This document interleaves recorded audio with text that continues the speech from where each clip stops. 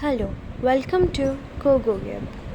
Today we will learn the rest of the explanation of the poem Daddy by Sylvia Plath. Then the speaker describes the way she felt around her father. She felt as though her tongue were stuck in barbed wire. Itch. Itch is the German word for eye. This reveals that whenever she wanted to speak to her father, she could only stir and say I. She then describes that she thought every German man was her father. This reveals that she does not distinguish him as someone familiar and close to her. Rather, she sees him as she sees any other German man, harsh and obscene. Next, the speaker begins to reveal to the readers that she felt like a Jew under the reign of her German father.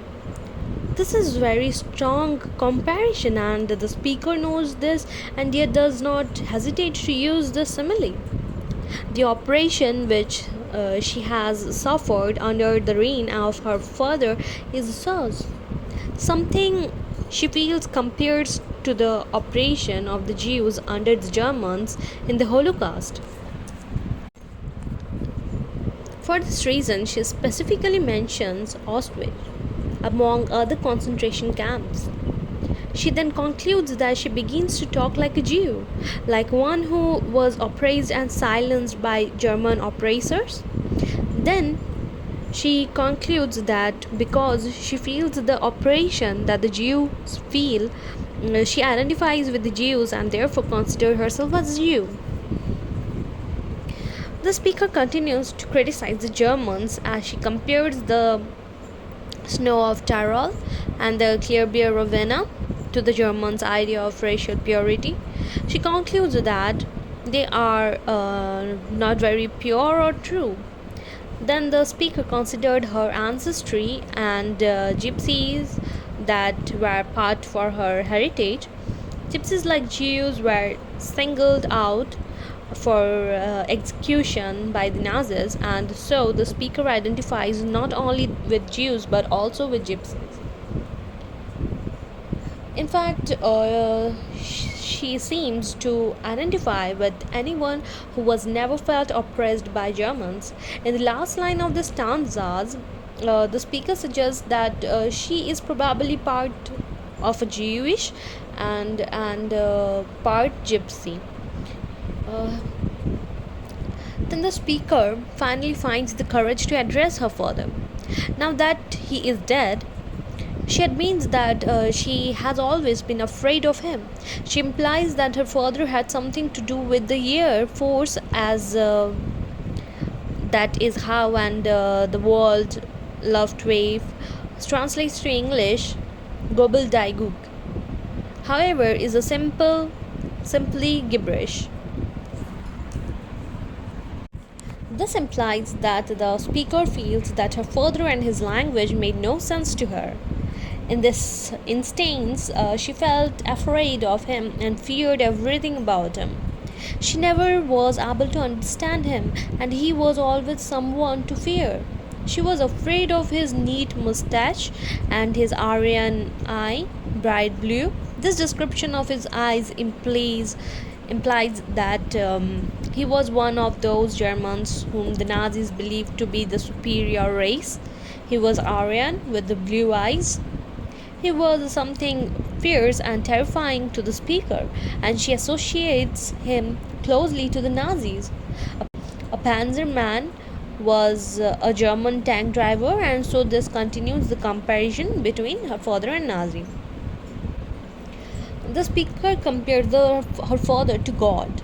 She clearly sees God as an ominous, overbearing being that clouds her world. This is why she describes her father as a giant black swastika that covered the entire sky. The third line of this stanza begins a sarcastic description of women and men like her father. She mockingly says every woman adores a fascist, and then begins to describe the violence of men like her father. She calls uses the word brute 3 times in the last 2 lines of the stanzas.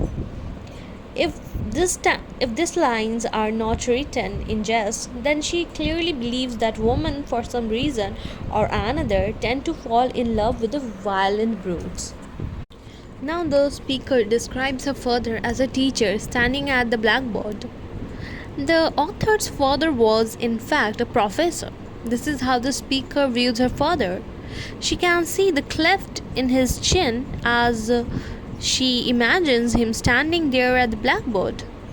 Then she describes that the cleft that is in his chin should really be in his foot. This simply means that she views her father as the devil himself. The devil is often characterized as an animal with cleft feet, and the speaker believes that he wears his cleft in his chin rather than in his feet.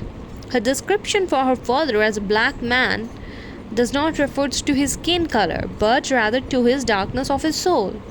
This stanza ends with the word who, because the author breaks the stanza mid sentence.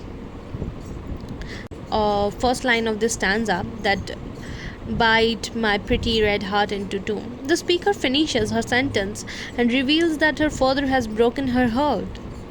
She says that he has bite her pretty red heart into two. The rest of this stanza reveals a deeper understanding of the speaker's relationship with her father. Even though he was cruel, overbearing brute, at one point in her life, she forged him dearly. It is possible that as a child she was able to love him despite his cruelty. As an adult, however, she cannot see past his vices. The stanza reveals that the speaker was only 10 years old when her father died, and that she mourned for him until she was 20. She even tried to end her life in order to see him again. She thought that even if she was never to see him again in an afterlife, to simply have her bones buried by his bones would be enough of a comfort to her. The speaker reveals that she was not able to commit suicide even though she tried. She reveals that pulled she was found and pulled out of the sack and struck back together with glue. At this point, the speaker experienced a revelation. She realized that she must recreate her father. She decided to find and love a man who reminded her of her father. Freud's theory on Oedipus complex seems to come into the play here. The theory that girls fall in love with their fathers as children and boys with their mothers also suggests that these boys and girls grow up to find husbands and wives that resembles their fathers and mother. The speaker has already suggested that women love a brutal man, and perhaps she is now confessing that she wants such a woman. This is why the speaker says that she finds a model of her father, who is a man in a black with a niqab look, while niqab means my struggle. The last line of this stanza most likely means that the man she found to marry looked like her father and like Hitler. The speaker reveals that the man she married enjoyed torture. This is why she describes him as having a love of the rack and the screw. She confessed that she married him when she says, and I said, I do, I do. Then she tells her father that she is through. This means that having recreated her father by marrying a harsh German man, she no longer needed to mourn her father's death. She then describes her relationship with her father as a phone call. Now she has hung up and the call is forever ended. The speaker then reminds the readers that she has already claimed to have killed her father. If I have killed one man, I have killed two. She revealed that he actually died before she could get him, but she still claims the responsibility of his death. Now, she says that if she has killed one man, she has killed two. This is most likely in reference to her husband. She refers to her husband as a vampire, one who was supposed to be just like her father. As it turned out, he was not just like her father. In fact, he drained life from her. This is why she refers to him as a vampire who drank her blood. It is not clear why she first says that he drank her blood for a year. However, the speaker then changes her mind and says that 7 years if you want to know. Then the speaker says, Daddy, you can lie back now. She is telling him that the part of him that has lived on within her can die now too.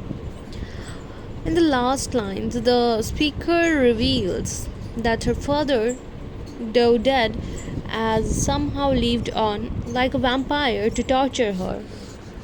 It is claimed that she must kill her father the way that a vampire must be killed, with stake to the heart. She then goes on to explain to her father that the villagers never liked you. She explains that they dance and stomp on his grave. The speaker says that villagers always knew it was him. This suggests that the people around them always suspected that there was something different and mysterious about her father. With the final line, the speaker tells her father that she is through with him. While he has been dead for years, it is clear that her memory of him has caused her great grief and struggle. The speaker was unable to move on without acknowledging that her father was, in fact, a brute. Once she was able to come to terms with what he truly was, she was able to let him stop torturing her from the grave.